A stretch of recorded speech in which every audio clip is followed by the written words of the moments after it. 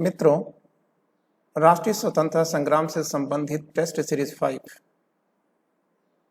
आपके बीच में मैं प्रस्तुत कर रहा हूं। आइए देखते हैं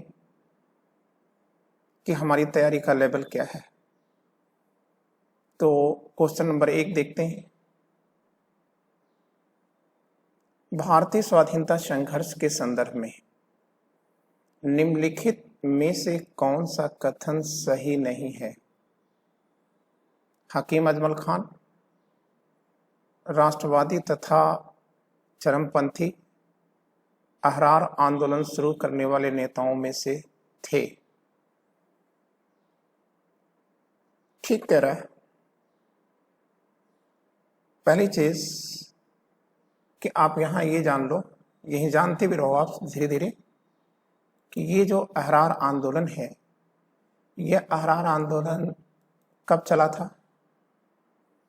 तो यहां लिखते रहते हैं, फिर उसके बाद धीरे धीरे क्वेश्चन पढ़ते भी रहेंगे।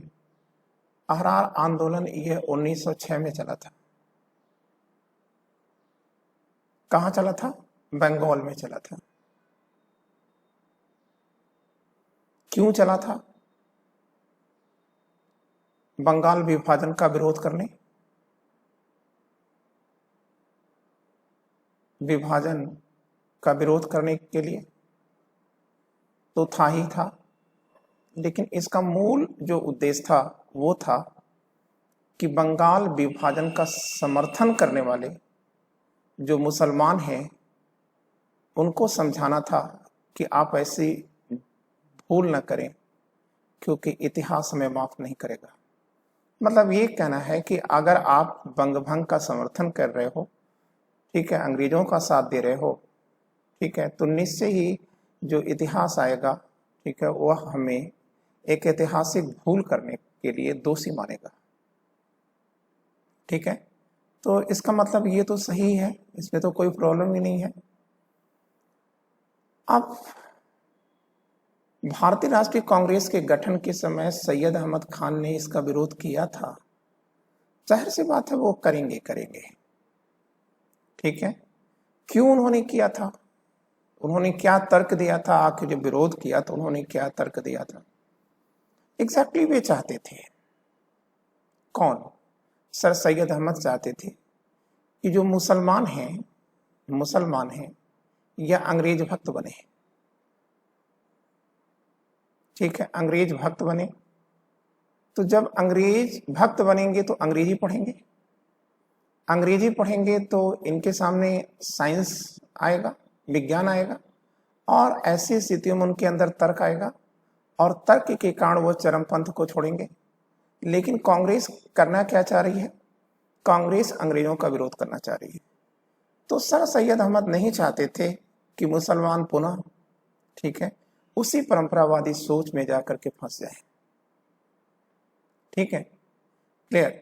तो ऐसी स्थिति में उन्होंने सर सैयद अहमद खान, या आप कह सकते हैं कि सर सैयद अहमद खान ने कांग्रेस की स्थापना का विरोध किया था। लेकिन आपको यहां पर एक चीज और भी जानना होगा कि सर सैयद अहमद खान तो विरोध कर रहे हैं, लेकिन ठीक उसी समय सहारनपुर के देवबंद जो स्कूल है मुसलमानों का, चरमपंथी मुसलमानों का जो स्कूल है, देवबंद स्कूल, ठीक है, सहारनपुर का, जिसकी स्थापना कासिम ननौती ने किया था, ठीक है ना,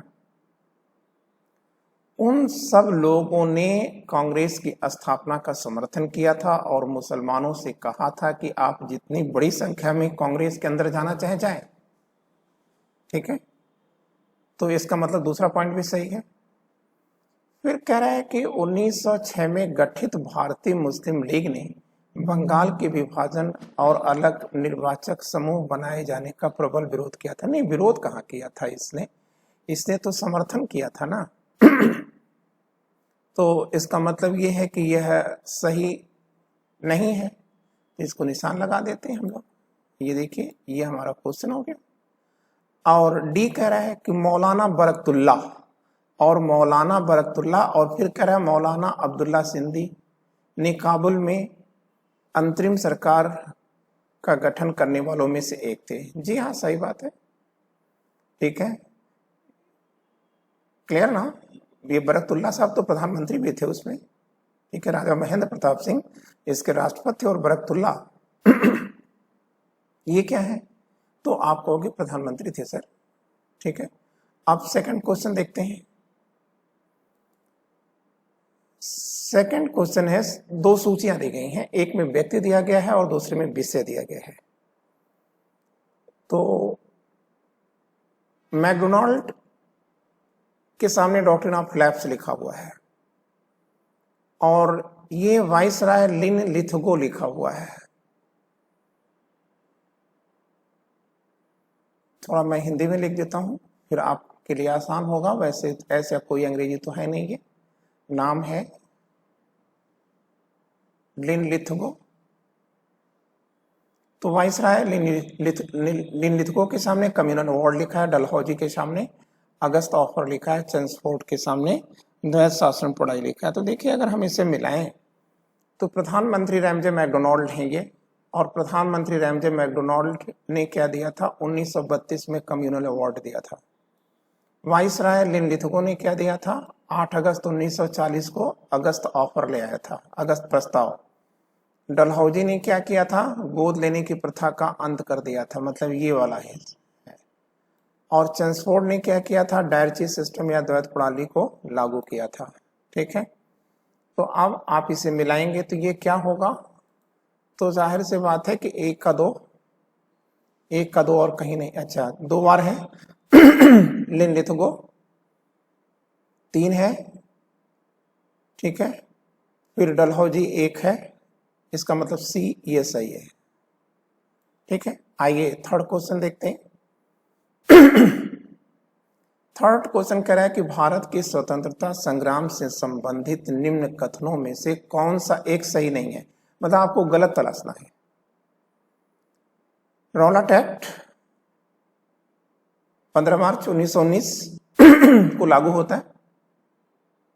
तो रॉलट एक्ट से सार्वजनिक आक्रोश की एक लहर उमड़ी थी, जी हाँ बिल्कुल उमड़ी थी, जिसके फलस्वरूप जलियांवाला बाग जनसंहार हुआ था 13 अप्रैल 1919 को।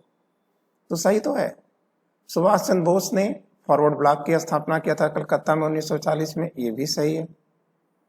भगत Singh Hindustan Republican Socialist Association के संस्थापकों में से एक थे, जी हाँ थे ही। फिर डी कह रहा है कि 1931 के कराची के कांग्रेस अधिवेशन में गांधी इरविन समझौते का विरोध हुआ था, ऐसा नहीं था,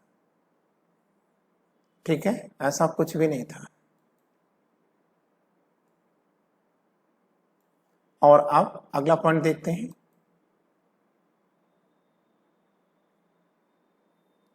निम्नलिखित कथनों पर विचार करिए। गवर्नमेंट ऑफ इंडिया एक्ट में प्रांतीय स्वशासन का उपबंध था, जी हाँ था। एक संघीय न्यायालय या फेडरल कोर्ट की स्थापना का उपबंध था, ठीक है, जिसे आज हम सुप्रीम कोर्ट कह रहे हैं, पहले वो 1935 में फेडरल कोर्ट कहा जाता था, ठीक है। तो अब ये भी था। केंद्र में Akhil Bharatiya all India federation की बात तो थी ही थी, ठीक है। देसी मतलब जो स्टेट है, देसी राजकुमारों का स्टेट है, मतलब प्रिंसली स्टेट, और ब्रिटिश भारत के जो प्रांत हैं उनको मिला करके क्या था? एक भारतीय संघ का उपबंध किया गया था। ये चीजें हम आपको बता रखे हैं, ठीक है, जब हम इंडियन पॉलिटी सॉल्व कर रहे थे तो वहां पर हमने आपको बता रखा था। करा उपरोक्त कथनों में से कौन से सही है? तो तीनों तो सही है। तो अब इसका आंसर हमने कर दिया डी। आगे चलते हैं। अब अगला पोर्शन 5वां है, भारत में ब्रिटिश साम्राज्य के दौरान निम्नलिखित वायसराय पर विचार करिए। मतलब कौन व्यक्ति कब से कब तक रहा है। तो देखिए ये लॉर्ड कर्जन सर हैं। तो लॉर्ड कर्जन का टाइम पीरियड आप जानते हैं कब का है। तो लॉर्ड कर्जन सर का जो टाइम है वो 1899 से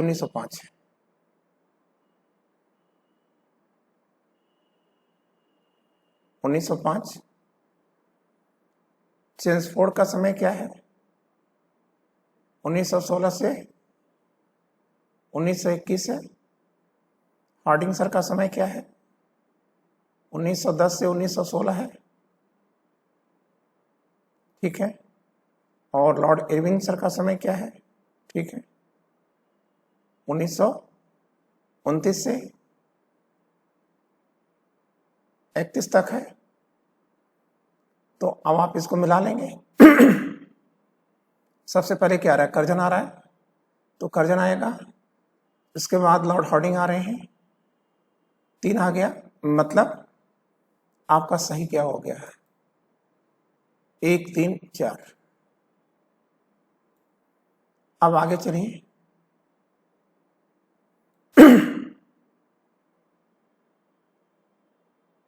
छठा, भारत के स्वतंत्रता संग्राम में इंग्लैंड में इंडिया हाउस की स्थापना किसने किया था? इंडिया हाउस, तो इंग्लैंड का मतलब क्या हुआ, लंदन। इंग्लैंड में, लंदन में, ठीक है। एक संस्था बनती है और उस संस्था का क्या नाम है, आप कहोगे कि सर इंडिया हाउस है। इंडिया हाउस, क्लियर, ये इंडिया हाउस है, ठीक ना। अब देखो, इसके बाद आपके सामने आ रहा है कि इंडिया हाउस की स्थापना किसने किया था। तो आप याद रखना कि 1905 में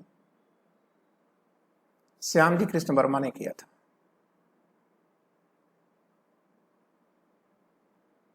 वर्मा ने किया था। अब ये इंडिया हाउस है क्या, तो आप कहोगे कि सर ये एक हॉस्टल था, ठीक है, जिसमें भारत से आने वाले छात्र रहते थे और इन छात्रों को पढ़ाया क्या जाता था, ठीक है, क्रांति कार्य का गुण सिखाया जाता था, मतलब क्रांतिकारी गतिविधियां सिखाई जाती थी, ठीक है। और इसके अधीन, मतलब किसके अधीन, इंडिया हाउस के अधीन अनेक हॉस्टल थे जिनका नाम भारत के जो महापुरुष हैं, ठीक है, उनके नाम पर था। जैसे राणा प्रताप हैं, एम्परर अशोक हैं, ठीक है, बादशाह अकबर हैं, इन लोगों के नाम पर इन हॉस्टलों के नाम थे, ठीक है। और ये सब करते क्या थे, जो छात्र यहाँ से आते थे उन सबको जो है वो एक स्कॉलरशिप दिया करते थे, ठीक है, इसको स्टाइपेंड देते थे। और चूंकि इनको पैसे की आवश्यकता थी, इसलिए इंडिया हाउस ने एक अखबार निकाला था और उस अखबार का नाम था, ठीक है, इंडियन सोशोलॉजिस्ट, ठीक है। और आपको ये भी याद रखना होगा कि 1908 में इंडिया हाउस से ही, ठीक है, विनायक दामोदर सावरकर ने, ठीक है, विनायक दामोदर सावरकर सर ने क्या किया था, तो आप कहोगे कि सर उन्होंने अपनी एक किताब डिक्लेरेशन ऑफ इंडियन इंडिपेंडेंस को प्रकाशित किया था और इसी किताब के अंतर्गत उन्होंने 1857 की बगावत के संदर्भ में कहा है कि यह भारत का पहला स्वतंत्रता संग्राम है, ठीक है। अब देखिए मैडम भीखाजी कामा के बारे में मैं आपको बता चुका हूं।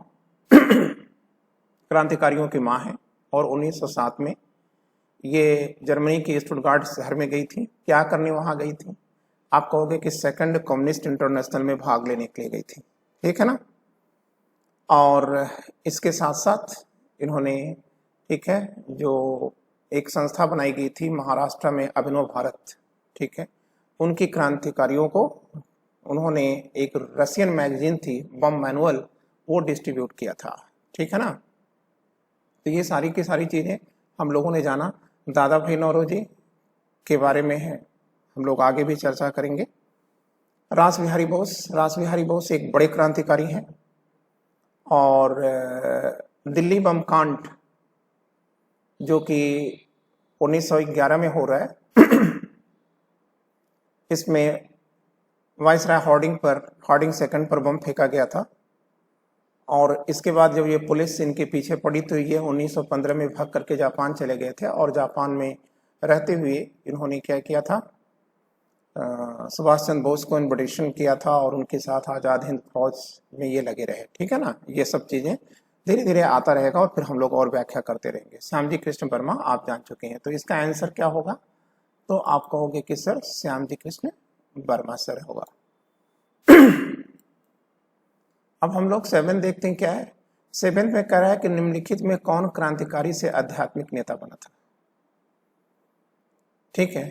तो देखिए क्रांतिकारी से आध्यात्मिक नेता बनने वाले सुभाष चंद्र बोस तो आध्यात्मिक नेता थे नहीं, सुब्रमण्यम भारती ये महान कवि हैं, ठीक है, यहां आप याद रखिएगा सुब्रमण्यम भारती सर को, ठीक है। इन्हें तमिल कविता का जनक कहा जाता है, तमिल कविता का पितामह कहा जाता है। ठीक है, और इन्होंने क्या किया था, राष्ट्रवादी कविताएं लिखा था, फिर इनको निष्कासन की सजा मिली थी। ठीक है ना। और अब अरविंद घोष तो हमने बताया कि ये एक उग्रवादी चिंतक भी रहे हैं। ठीक है, और बंगाल की जो क्रांतिकारी रहे हैं उनके नेता भी रहे हैं ये, और इनके ऊपर अलीपुर षड्यंत्र का केस लगा था और इनको सजा हो सकती थी, आजीवन कारावास की भी हो सकती थी, मौत की भी हो सकती थी, लेकिन जो एक प्रसिद्ध वकील थे चितरंजन दास्तर, उन्हीं की प्लीडिंग के कारण या दलील के कारण ये छूट गए थे। ठीक है, फिर इन्होंने क्या किया था कर्मयोगिनी नाम की एक मैगजीन का प्रकाशन किया था, समझ गए आप। लेकिन बाद में जब कर्मयोगिनी पर ठीक है दफा 121A लगा करके प्रतिबंधित कर दिया गया, तो अरविंद घोष करते क्या है, पांडिचेरी में चले जाते हैं और वहीं पर ये ओराविले आश्रम बना करके रहना शुरू कर देते हैं। ठीक है ना। अब बात आती है कि इसका पहले तो हम लोग आंसर कर लेते हैं, नहीं तो भूल जाएगा। तो इसका अगर हम आंसर करते हैं तो ये है अरविंद घोष सर। ठीक है, अब आगे चल रहे हैं। अभी ये काजी नजरुल इस्लाम सर हैं, तो काजी नजरुल इस्लाम ठीक है यह नवाब हैं बंगाल के और काजी नजरुल इस्लाम एक राष्ट्रवादी हैं। ठीक है, और अहरार आंदोलन चलाने में इनकी प्रमुख भूमिका रही है। इन्होंने बंगभंग आंदोलन का जबरदस्त विरोध किया था और मुसलमानों को जो कि अंग्रेजों का साथ दे रहे थे उनकी इन्होंने क्या किया था, काफी ठीक है कट्टरता के साथ जो है विरोध किया था। और काजी नजरुल इस्लाम सर की जो उपन्यास है वो है 2 गज जमीन। ठीक है, 2 गज जमीन। आगे चलते हैं, 8वां क्वेश्चन देखते हैं। 1917 के चंपारण सत्याग्रह का संबंध किससे था? ठीक है, कपास मजदूरों से नहीं, कपड़ा मजदूरों से नहीं। ठीक है, आप कहेंगे नीलाहों से था, मतलब नील की खेती करने वालों से था। ठीक है, अब ये नील होती क्या है? ठीक है, तो नील मतलब जिसे अंग्रेजी में इंडिगो कहते हैं। ठीक है, थोड़ा सा हम लोग इसके बारे में जान लेते हैं। इंडिगो या नील, तो ये जो नील है इसका यूज कहाँ करते हैं? तो आप कहोगे कि सर कपड़े को रंग देने के लिए करते हैं, कपड़े को रंगने के लिए करते हैं। एग्जैक्टली इसके पीछे है क्या? कपड़े को रंगने का मतलब नील में कपड़ा रंग नहीं रंगा जाता। ठीक है, और किस में यूज होता है पहले तो आप ये जान लीजिए, फिर उसके बाद समझाते हैं। इसके बाद इसका प्रयोग चर्म रोगों में भी होता है। ठीक है, लेकिन अब यहां समझ लीजिए कि कोई भी कपड़ा है, स्पेशली सफेद कपड़ा है, तो कपड़ों को अगर आप साबुन से या डिटर्जेंट, कोई भी डिटर्जेंट आप यूज करेंगे, तो वो डिटर्जेंट की खास बात है कि वह अपना अवक्षेप या प्रेसिपिटेट पीले कलर में छोड़ता है।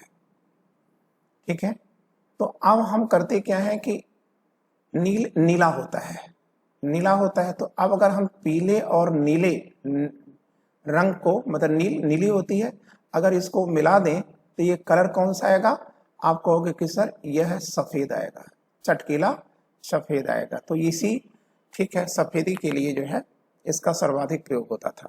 ठीक है, एग्जैक्टली प्रॉब्लम क्या होता है? प्रॉब्लम ये होता है कि एक तरफ विश्व युद्ध चल रहा था और दूसरी तरफ जर्मनी कर क्या रहा था कि जर्मनी अपने लैब में केमिकल का निर्माण कर लेता है, मतलब नील को आर्टिफिशियल बना लेता है। तो जब आर्टिफिशियल नील बनी तो ये बहुत सस्ती रही, और जो नेचुरल नील है इसकी तुलना में वह काफी चमकदार सफेदी लाती थी। तो ऐसी स्थितियों में होगा क्या कि जो नेचुरल नील है, प्राकृतिक नील है, वो माना बहुत लाभदायक होती है शरीर के लिए, लेकिन लोगों ने क्या किया कि अब सस्ती चीजों को खरीदने लगे। तो ये जो हमारी नेचुरल नील थी, जो हमारे खेतों से आ रही थी, उसको खरीदने वाला कोई नहीं था। तो ऐसी स्थिति में जो अंग्रेज बागान मालिक थे, उन्होंने एक ददनी प्रथा, आपको हम आगे चल के बताएंगे कि एडवांस, ददनी मतलब एडवांस देकर के ये खेती कराते थे। तो हम ददनी लिख देते हैं। ठीक है, ये देखिए ददनी प्रथा। ददनी प्रथा है क्या? ठीक है, एडवांस देकर के खेती कराना। ठीक है, तो आप याद रखिएगा। फिर जब माल को कोई खरीदने वाला नहीं था, तो ये करते क्या थे, जो अंग्रेज लोग थे वह न तो नील को खरीदते थे और न किसानों के खेत को छोड़ते थे। ठीक है, तो परिणाम क्या होगा, किसान आंदोलित थे और इसी आंदोलित किसानों की आवाज बनाते हैं कौन, राजकुमार शुक्ल और संजय राउत। और ये लखनऊ आते हैं, लखनऊ में गांधी जी हैं और गांधी जी को ये इनवाइट करते हैं कि सर आप चंपारण आइए। ठीक है, और गांधी जी वहां पहुंचते हैं, चंपारण सत्याग्रह शुरू करते हैं। जब वो चंपारण में सफल हो जाते हैं, पहला सत्याग्रह गांधी जी का भारत में, तो जब वो सफल हो जाते हैं तो वहां चंपारण में यह अछूतो उद्धार के लिए काम करते हैं। ठीक है, तो आप याद रखिएगा, नेशनल मूवमेंट का पहला व्यक्ति, नेशनल मूवमेंट का पहला नेता जिसने अछूतोद्धार के लिए काम किया है वो गांधी है। ठीक है, अछूतोद्धार और शिक्षा के लिए काम किया है। तो Gandhi ji was a good nurse, बहुत अच्छे सेवक भी थे और बहुत अच्छे समाज सुधारक भी थे। ठीक है, और उन्होंने वेयर ही लर्न मतलब नर्सिंग। ठीक है, तो ये क्या है, मतलब उन्होंने नर्सिंग को कहाँ से सीखा, मतलब he picked up nursing from where, तो आप कहेंगे कि sir it was a mystery, ये एक रहस्य है सर। ठीक है, और यह चीज पता नहीं चलता। ठीक है, तो आपका 8वां भी क्वेश्चन हो गया। अब हम चलते हैं 9वें क्वेश्चन की तरफ, देखते हैं। 9वां क्वेश्चन इजी है, निम्नलिखित में से किस क्रांतिकारी को मृत्यु दंड नहीं दिया गया था। ठीक है, तो आप बोलोगे कि सर इसका आंसर है चंद्रशेखर आजाद। ठीक है, भगत सिंह को हुई थी, राजगुरु को हुई थी, खुदीराम बोस को हुई थी। ठीक है ना, चंद्रशेखर आजाद को फांसी नहीं हुई। चंद्रशेखर आजाद कभी गिरफ्तार नहीं हो पाए थे, हमेशा भागने में सफल हो जाते थे। ठीक है, और ये झाबुआ के रहने वाले थे। चंद्रशेखर आजाद मध्य प्रदेश के झाबुआ के रहने वाले थे और बनारस के काशी विद्यापीठ के छात्र रहे हैं। और लेकिन इन्होंने, ठीक है, संघर्ष करने की या आंदोलन करने या क्रांति करने का जो गुण सीखा है वह कहाँ से सीखा है, तो आप कहेंगे झांसी से सीखा है। उत्तर प्रदेश का एक शहर है झांसी, वहां से सीखा है। ठीक है, अब आगे चलते हैं।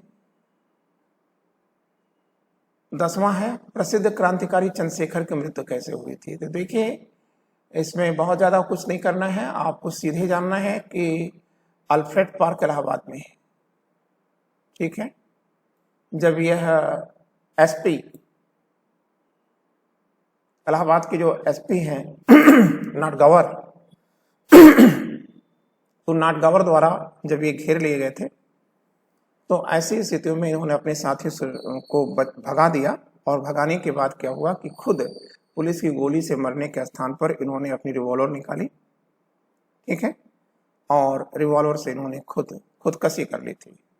ठीक है, और आज भी इसके इनका जो स्मारक है वो इलाहाबाद के अल्फ्रेड पार्क में है। अब हम लोग आगे चल रहे हैं, 11वां देखते हैं। केंद्रीय असेंबली में बम फेंके जाने के समय भगत सिंह के साथ कौन था। राजगुरु नहीं सर, बीके दत्ता। ठीक है, पहले तो निशान लगा लीजिए, बटुकेश्वर दत्त। ठीक है, दत्ता या दत्त। ठीक है, ये आपका हो गया। अब आप एक चीज याद रखिएगा ये जो सीएलए है या केंद्रीय असेंबली है दिल्ली में, इस पर यह बम क्यों फेंका गया ठीक है, तो देखिए, वैसे तो आपकी किताबों में लिखा होगा कि सर, जो लिख आपकी किताब में है वो ये है कि देखो 8 अप्रैल 1929 को दो लोगों ने, बटुकेश्वर दत्त और भगत सिंह ने, ठीक है, सीएलए की खाली कुर्सियों पर बम फेंका था। इसका मतलब इनका उद्देश्य किसी को मारना नहीं था। और जिस दिन इन्होंने ये 8 अप्रैल 1929 को जिस दिन इन्होंने बम फेंका, उस दिन 2 बिल आ रहे थे संसद में या सीएलए में। 2 बिल आ रहे थे। एक क्या था, पब्लिक सेफ्टी बिल था, पब्लिक सेफ्टी बिल था, और दूसरा था trade dispute bill, trade dispute bill था। ठीक है, तो ऐसी स्थिति में इन्होंने बम फेंका। तो आपकी किताब में लिखा होगा कि ये दोनों इस बिल को रुकवाना चाहते थे, जो दोनों बिल आ रहे थे इसको रुकवाना चाहते थे। एग्जैक्टली ऐसा नहीं था। देखो मित्रों, एग्जैक्टली आप जानते हैं लाहौर षड्यंत्र। लाहौर षड्यंत्र में सैंडर्स मार दिए गए थे। सैंडर्स कौन है? एसपी लाहौर। तो जब सैंडर मार दिए गए तो पुलिस क्या कर रही थी? पुलिस जो रियल विक्टिम थे, अपराधी थे, अपराधी तो कहना हमारे लिए थोड़ा सा ठीक नहीं है क्योंकि वो हमारे लिए क्रांतिकारी है, उनके लिए अपराधी हो सकते हैं। तो पुलिस जो है हमारे क्रांतिकारियों को गिरफ्तार करना चाहती है लेकिन असफल रही। तो पुलिस करती क्या थी कि आम जनता का टॉर्चर कर रही थी। तो अब प्रश्न आया कि भाई आम जनता टॉर्चर हो रही है, ये तो ठीक नहीं है। तो ऐसी स्थितियों में एक संस्था है HSRA, Hindustan socialist Republican association. किसकी संस्था है? चंद्रशेखर आजाद और भगत सिंह की है। तो इसने क्या किया, इस संस्था ने क्या किया कि ये बम फेंकने का निर्देश इन दो लोगों को सौंपा था। इसके पीछे उनका लॉजिक क्या था?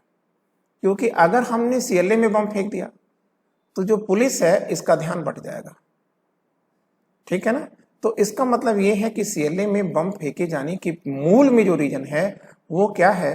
तो आप कहोगे कि सर वो रीजन ये है कि वह सरकार का ध्यान भटकाना चाहते थे। क्लियर हो गया?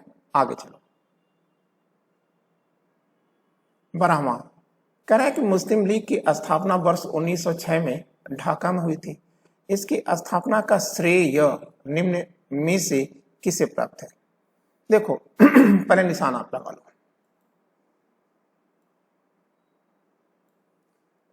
अब हम आपके सामने कुछ बातें करते हैं। देखो ये डेट आप याद रखो, 1906 और MEC मतलब मोहम्मदन एजुकेशनल कॉन्फ्रेंस, ठीक है। किसकी संस्था है ये? सर सैयद अहमद की है। इसी की बैठक चल रही थी। कहाँ चल रही थी? ढाका में चल रही थी। तो उस ढाका की बैठक में नवाब समीमुल्लाह या सलीम उल्लाह ये आते हैं और एक विचार रखते हैं कि दोस्तों हमें शैक्षणिक ज्ञान के साथ साथ या शैक्षणिक पहचान के साथ साथ हमें अपनी राजनीतिक पहचान भी बनानी होगी। और हमारी राजनीतिक पहचान कब होगी? जब हमारे पास कोई राजनीतिक संस्था होगी, संगठन होगा, ठीक है। अन्यथा हमारी आवाज को कोई नहीं सुनने वाला। तो आइए और हम लोग मुसलमानों की राजनीतिक पहचान देने के लिए एक संस्था बनाए। क्लियर? सभी लोगों ने मान लिया। और समीमुल्लाह साहब की अध्यक्षता में संस्थापक अध्यक्ष समीमुल्लाह क्या है? मुस्लिम लीग के संस्थापक अध्यक्ष हैं।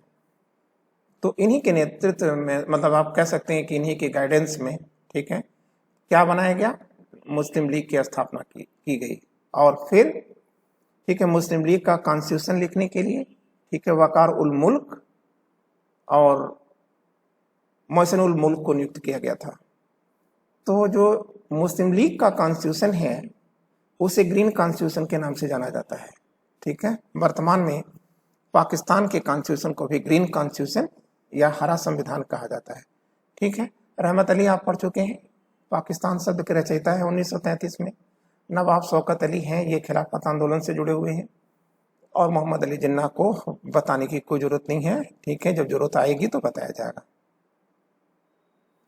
13 गांधी ने सत्याग्रह का तरीका सर्वप्रथम कहां अपनाया था?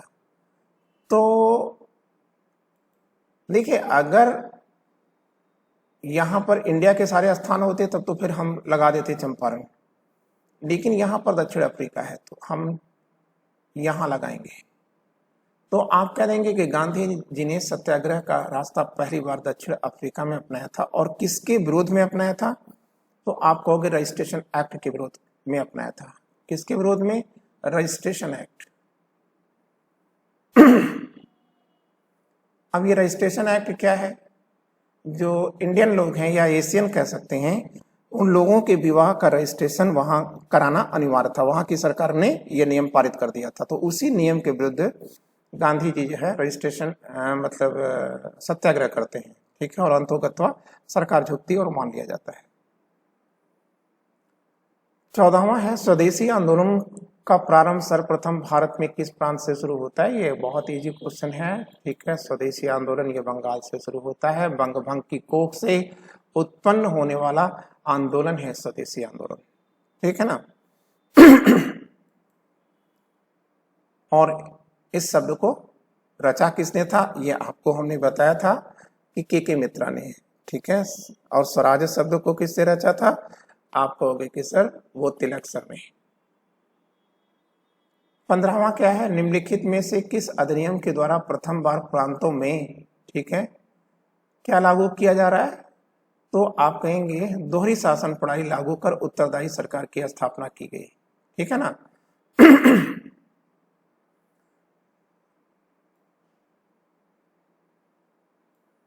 ठीक है, तो निम्नलिखित में से किस अधिनियम के द्वारा प्रथम बार प्रांतों में दोहरी शासन प्रणाली लागू कर उत्तरदायी सरकार की स्थापना की गई थी?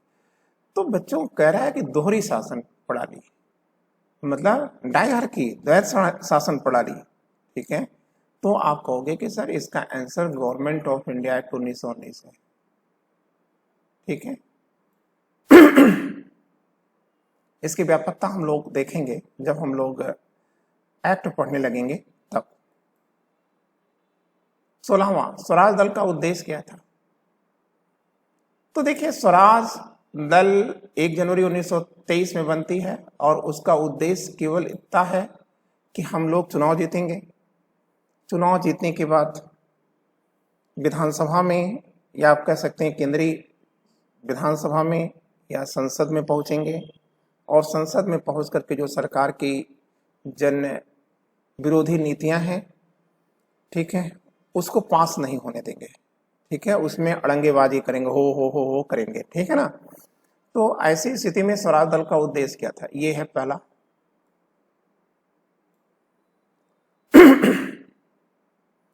अब 17वां क्या है? गुजरात में दलितों के उद्धार का केंद्र कौन था? अब ये देखिए मैंने कुछ समय पहले ही आपसे कहा था कि गांधी जी पहले, ठीक है, राष्ट्रीय आंदोलन के नेता हैं जिन्होंने दलितों के लिए, ठीक है, बहुत कुछ किया है, ठीक है। और तो गांधी जी का आश्रम है कौन सा? साबरमती आश्रम। और यहीं पर दलितों के लिए क्या होता था, ठीक है, उनको हर प्रकार के सहयोग दिए जाते थे, उनके उत्थान की बातें की जाती थी, चाहे वो शैक्षणिक हो, चाहे वो आर्थिक हो, ठीक है, चाहे वो सोशली उनको बूस्टअप करने की हो। अब आगे चलते हैं। 18वां हम लोग देखते हैं। 18वां क्वेश्चन क्या है? 18वां क्वेश्चन कह रहा है कि निम्न समाचार पत्रों में से कौन सा क्रांतिकारी आतंकवाद का प्रचारक था? तो देखिए ये दिया है संध्या, ठीक है। अब ये देखिए संध्या किसका अखबार है? तो आप बोलोगे कि सर जो संध्या है, ठीक है, यहां लिख देते हैं।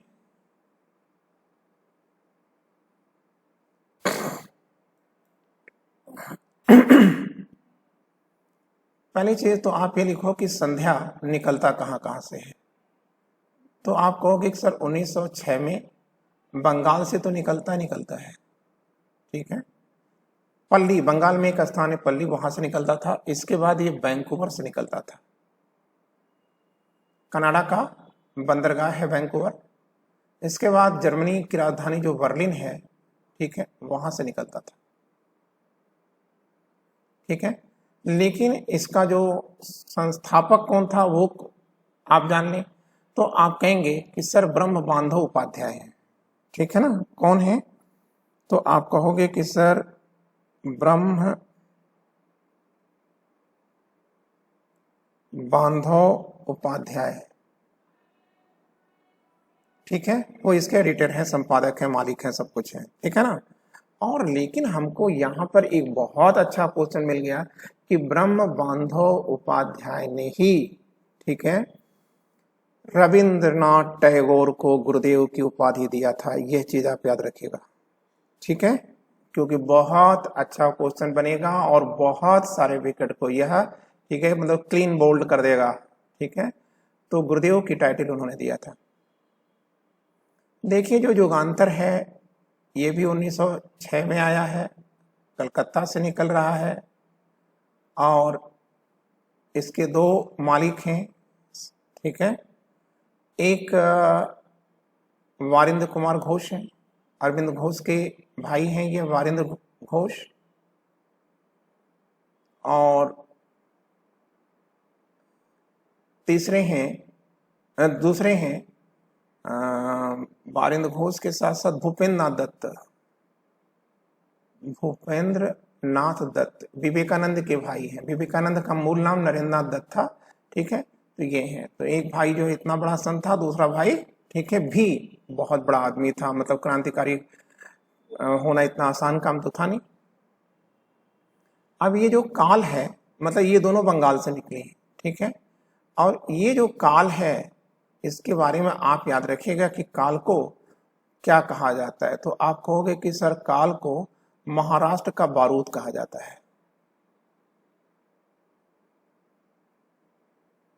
बारूद कहा जाता है। अब यह कौन निकालता था? मित्र मेला निकालती थी, ठीक है। यही मित्र मेला, ठीक है, संगठन ये 1904 में अभिनव भारत में बदला है, ठीक है। और मित्र मेला की स्थापना कब होती है? 1899 में होती है, ठीक है ना।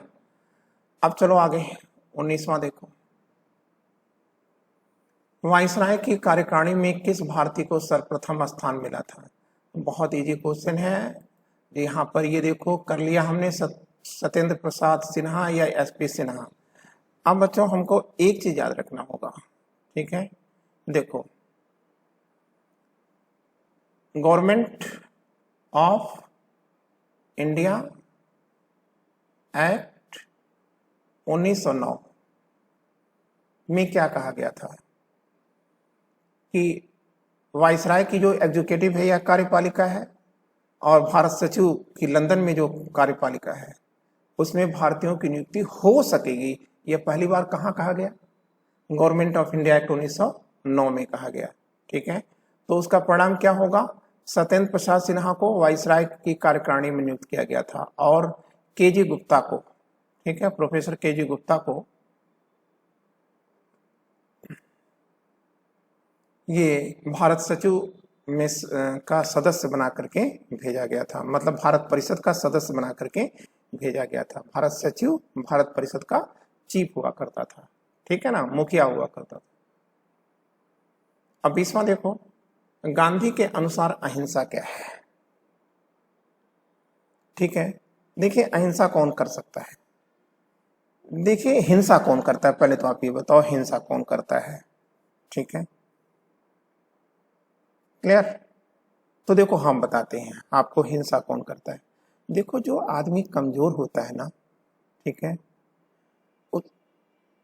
वही हिंसा करता है।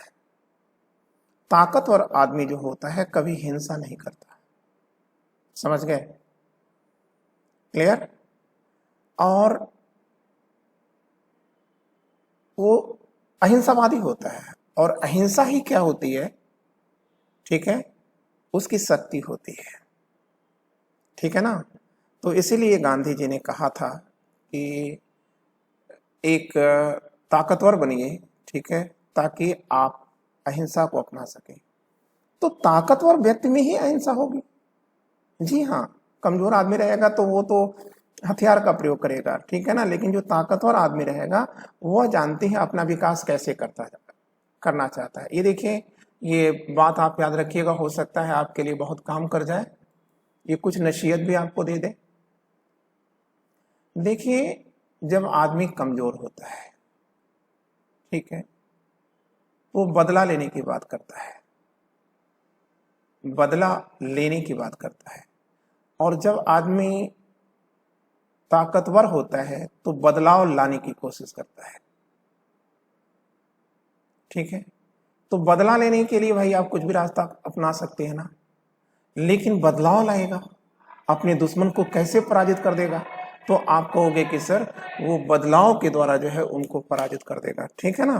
तो बच्चों आज हम लोगों ने ये 20 क्वेश्चन जो कर लिया है वो बहुत ही इजी तो थे, लेकिन आपको बहुत हमने सूचनाएं भी दे दिया है। और जैसा कि मैंने आपसे कहा था कि आज ये 5वीं सीरीज हो गई, तो हमने आपसे कहा था कि भाई हर क्वेश्चन, ठीक है, न्यूनतम 7 या 8 क्वेश्चन लेके जा रहा है। एवरेज अगर आप रखें तो 5 से 6 क्वेश्चन हर क्वेश्चन एक्स्ट्रा दे रहा है, ठीक है।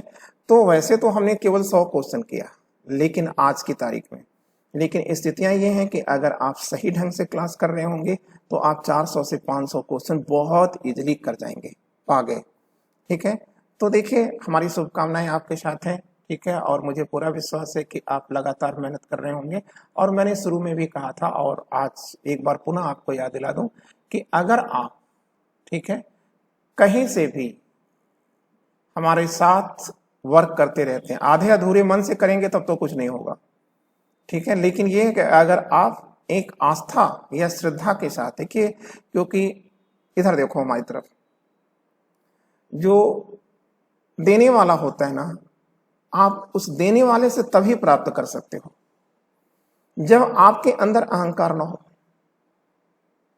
ठीक है। क्योंकि जब तक आपके मन में अहंकार है तब तक आपको लगेगा मैं तो बहुत तुर्रम हूं, ठीक है। लेकिन स्थितियां ये हैं कि जब आप एग्जामिनेशन हॉल में होते हो तो आप वहां हाँफते हुए नजर आते हो। इसलिए कोशिश ये करो, ठीक है, कि आप बैकुंठ बन जाओ।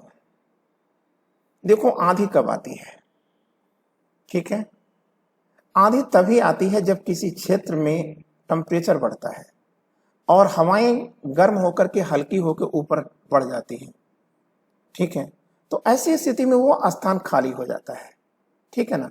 तो जब वो स्थान खाली हो जाता है तो चारों तरफ से हवाएं, ठीक है, ये वहां आ जाती है, ठीक है ना। तो ज्ञान भी ठीक वैसा ही है। अगर आपके अंदर अहंकार है, आप अपने आप को भरे हुए हैं अहंकार से, मैं तो ये कर लूंगा, मैं तो वो कर लूंगा, ठीक है, तो जाहिर सी बात है कि फिर आपकी तरफ कोई नहीं आएगा और आप कुछ नहीं प्राप्त कर पाओगे, ठीक है। और एक चीज और भी है, लोग कहते हैं कि साहब इतनी देर अगर हम करते हैं इसको, क्लास को देखते हैं, तो हमारे समय भी खर्च हो जाते हैं और हमारे नेट भी खत्म हो जाते हैं। तो आप याद रखना कि हर बड़ी चीज को बनने में समय लगता है, ठीक है। घटिया चीज या बर्बाद होने वाली चीज तो तुरंत बन जाती है, लेकिन बनाने में बहुत समय लगता है। और जहां तक इकोनॉमिकली बात है तो याद रखना, पढ़ना महंगा है ये मैं मानता हूं। अनपढ़ होकर के देखो, अशिक्षित होकर देखो, असफल होकर देखो, वह तो इतना महंगा कर देगा कि आप जिंदगी में कभी उबर नहीं पाओगे।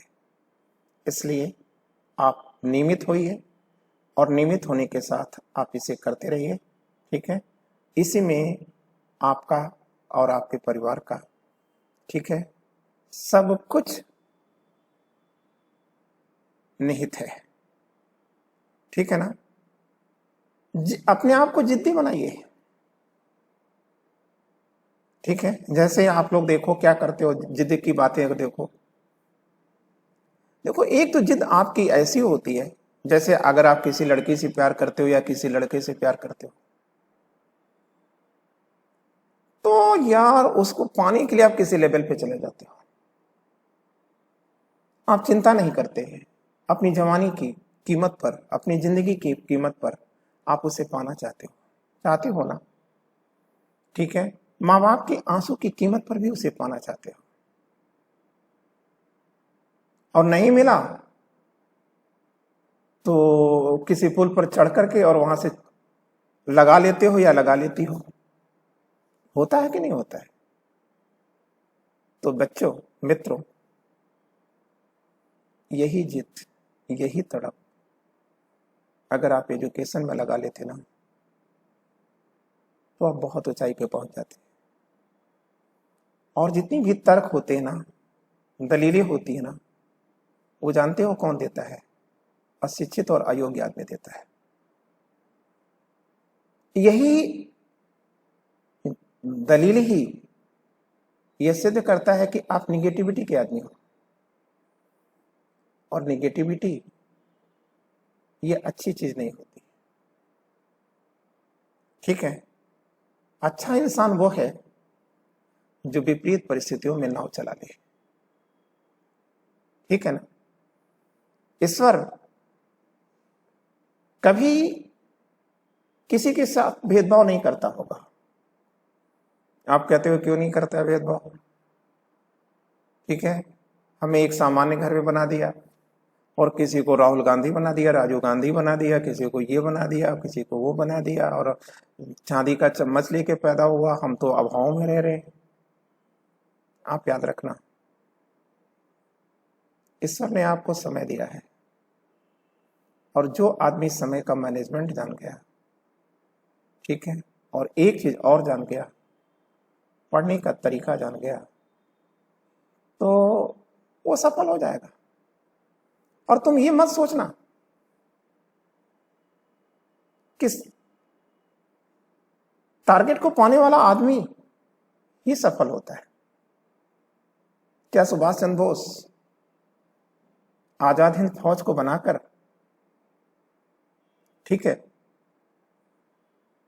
आजादी करवा लिए थे देश को? नहीं करवा पाए ना। एक आईसीएस ऑफिसर थे, एक कायस्थ फैमिली में जन्मा हुआ, एक बहुत पैसे वाले घर का आदमी है। ये कटक के बहुत ही प्रसिद्ध वकील का बेटा है, 4th रैंक आईसीएस में होल्ड करता है। अपनी शानदार जिंदगी को जी सकते थे, ठीक है, लेकिन आजादी नहीं करा पाए। तो क्या वो महान नहीं है? तो देखो बच्चों, सफलता और महानता दोनों दो बातें हैं। हर सफल होने वाला आदमी महान हो, ये कोई मतलब नहीं है। हर सफल होने वाला आदमी वह महामूर्ख भी होता है, और हर महान आदमी सफल ही हो इसकी कोई गारंटी नहीं होती। लेकिन आप याद रखिएगा, महान बनने के लिए, ठीक है, ज्ञान होना जरूरी होता है। तो अगर आप डिवोटेड होकर के अध्ययन करोगे तो आपका लक्ष्य भी मिल जाएगा और आपके अंदर महानता भी आ जाएगी। बहुत से तमाम बड़े आईएएस ऑफिसर हैं जो जिंदगी भर फाइलिड होते रह जाते हैं, कुछ नहीं करते। ठीक है, क्लियर ना? तो इसलिए मैं इतना कहना चाहूंगा, ठीक है, समझदारी के साथ आगे बढ़िए। Thank you, wishing you all the luck, नमस्ते। ये उसे बंद कर दो।